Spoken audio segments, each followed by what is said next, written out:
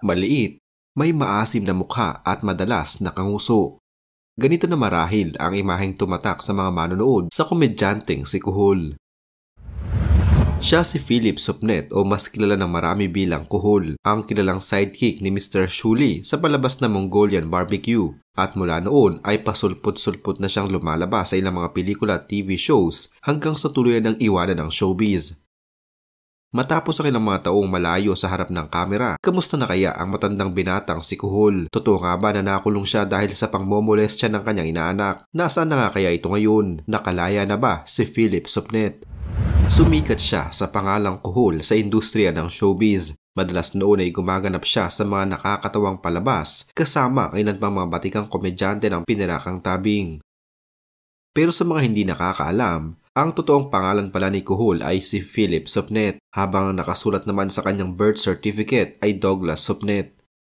Nakapagtapos si Kuhol sa PMI College sa kursong Marine Engineer. Ang unang munang nakapansin sa talento ng pagpapatawa ni Kuhol ay ang comedy king na si Dolphy, habang ang nagbansang naman sa kanyang Kuhol ay ang namayapang komedyana na si Tia Pusit. Ang may tuturing na pagsisimula ng karera ni Kuhol sa mundo ng showbiz ay nang mapasama siya sa cast ng Ekase Babae na isang sitcom noong mga dekada 80. Naging isa din siya sa mga cast ng Body and Soul na kung saan nakasama niya sina Redford White at Eric Quezon. Ilang pelikula din ang kanyang mga nasamahan at nakasama sa maraming mga palabas at programa sa telebisyon. Bukod sa mga ito, marahil isa na din sa mga nagpasikat kay Kuhol ay ang mga ginagawa nitong patalastas ng iba't ibang produkto sa Pilipinas, nariyan ang Dato Puti, Boysen, Lucky Me at kung ano-ano pa.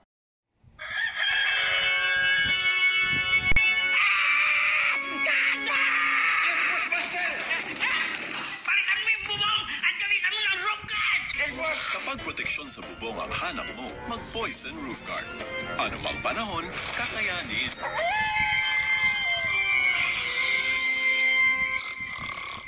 Okay talaga ang Boysen Roof Guard. Protect the roof that protects you. Boysen Roof Guard. Nagkaroon din siya ng patalastas na tinawag pang Kuhol Kingdom kung saan ito ay ang sure kill, pamatay Kuhol. Kapatid, may mag-i-spray ng pamatay Kuhol. May mag-i-spray. Lagot! Sure kill ang gagamitin! Kailangan makatakas na ako. Patay kami dito.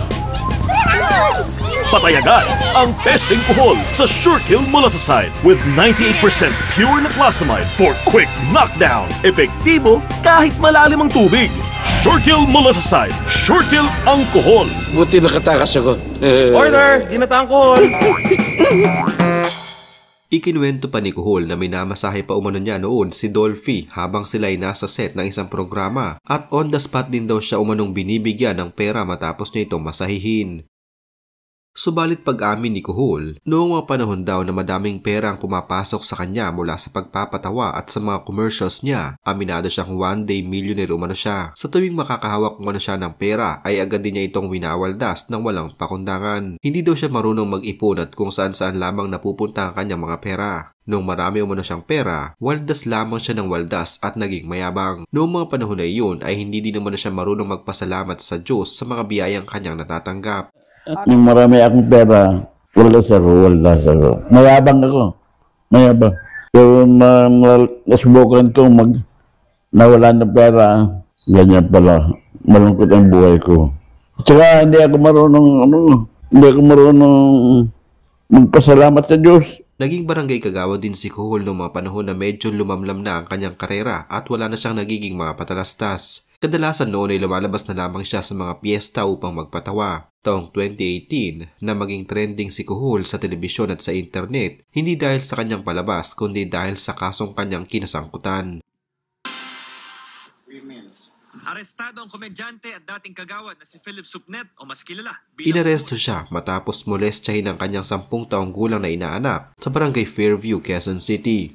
Nagpaload ng biktima sa tindahan ng sospek nang bigla siyang hinalikan sa labi. Agad nagsumbong ang bata sa magulang at nagpatawag ng pulis. Aminado si Supnet sa kanyang nagawa at humingi ito ng tawad. Subalit naging desidido ang mga magulang ng biktima at kinasuhan ng sospek ng paglabag sa anti-child abuse. Makalipas ang 1 linggong pagkakakulong, pinakawalan din si Kuhol at ayon sa kanya ay wala namang masama sa kanyang ginawa. Diba, inalikan ko lang ganun dito. Yung inaanak ko. Sa akin din naman ako. Pero sa ako ng Diyos, nakalabas rin ako. 1 week. Ginawa rape. Hindi naman rape yun eh. Oo. Diyan sa diyan sa labas. Opo. Nangyari. 50,000. Pero okay lang. Nakulong ako. Pero okay lang. Sabi ko marunong na akong magdasal. Marunong na akong pasalamat. Nasa Diyos lang naman ang ano eh. Marunong na rin akong magbasa ng Bible. Sa kulungan, sabi nga ng Panginoon eh, lalabas ka na dyan. Parang ganun. Oo, marami akong pinagsisiyan na buhay ko ngayon. Malungkot, masaya. Malungkot. Pero ang Diyos ay nasa paligid. Hindi ito lang sa paligid. Hindi ako iniiwan. Medyo marami akong inihilig sa Kanya. Mula noong makulong si Kuhol, natuto mo na siyang tumawag sa Diyos at humingi ng tawad. Nagkaroon ng asawa si Kuhol at ikinasal din. Ang napangasawa niyang ito ay may isa ng anak na babae. Naging maganda umano ang pakikitungo ni Kuhol sa anak ng kanyang asawa at itinuring na rin niyang bilang totoong anak. Subalit makalipas ang 5 taon, nang mawala na ng mga proyekto si Kuhol, hiniwalayan din siya ng kanyang asawa. Doon lamang din nadiskubre ni Kuhol na pinakasalan lamang siya umano ng dahil sa pera. Kaya noong mawalan na siya ng pera, nawala na din ang pagmamahal ng kanyang asawa. Sa kasalukuyan ni masaya si Kuhol dahil sa mga taong hindi siya pinabayaan at hindi siya iniwan. Subalit nangangarap pa rin siya hanggang sa ngayon na sana ay mabigyan pa siya ng pagkakataon na makaarte at makitang muli sa mga palabas sa telebisyon. Bigyan niyo pa ako ng project. Papasalamat na ako sa inyo. Binabigyan pa rin ako ng mga show, gano'n show. Kahit na bingi ako, bingi.